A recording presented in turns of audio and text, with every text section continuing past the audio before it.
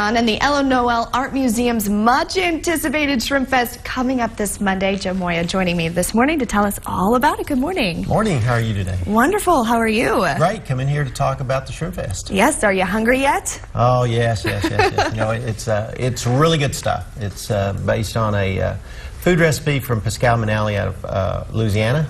So, you know, if people come to it every year, 1,500 people show up. So it fills up the place. So if you want your tickets, you better call now, or you may not be able to get in. That number's 550-9696. You call the museum, or you can actually go online at ellanoel.org and buy them there. So easy enough. Yeah, get it though while you still can. Now, do you need to buy a table, or can you just buy the individual tickets? I believe you might be able to get a table, a sponsored table. You have to call the museum. They can make those arrangements for you. But at this point, it's mostly individual tickets. Okay, perfect. And so you need to call ahead and do that. So there's, you know, and of course there's more to the Shrimpfest than just food. There's entertainment. There's also silent auction. That seems to be the big hit.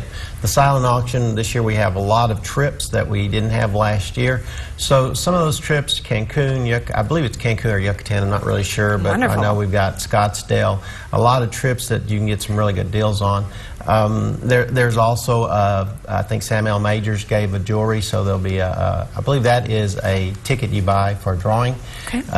But there are a lot of things that go on besides just food. You know, I mean, the food makes your tongue want to slap your brain. It's so good. But in general, there's a lot more to it than that. Well, and what do these funds go toward?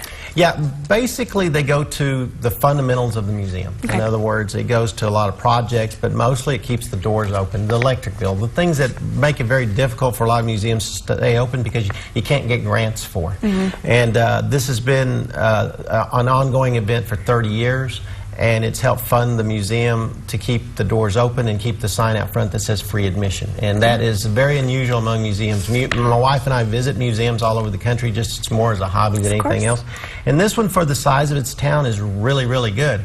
And it has a lot of things that are available to the community that they should try and come visit. And we really would enjoy people to come visit.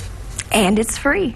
That's right. Being free we think it's a pretty big thing. We put it out on the door. And so it's events like we're looking at Shrimpfest that make that possible. The Shrimpfest is an event that's held every year. It has major sponsors who come in, like HEB is a big sponsor of it.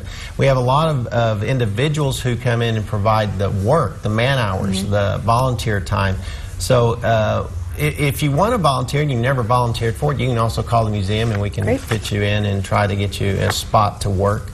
But as a policy, I mean not as a policy, as an event for the community, that's really what we're here to try to provide so that the museum can do all the things that it's always been doing, especially if you come see an exhibit, which we have some fine exhibits that show up. Excellent. Well, that's a whole other segment that we can talk about there. But Joe, thank you so much for being with us this morning. We appreciate that. Get your Shrimpfest tickets. That's right. They're going fast. Yeah, online.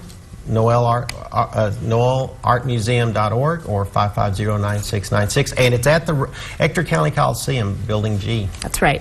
Didn't even mention that. Almost forgot that one. That's right. And if you'd like to be here on Good Day, go ahead and contact us. Nova Community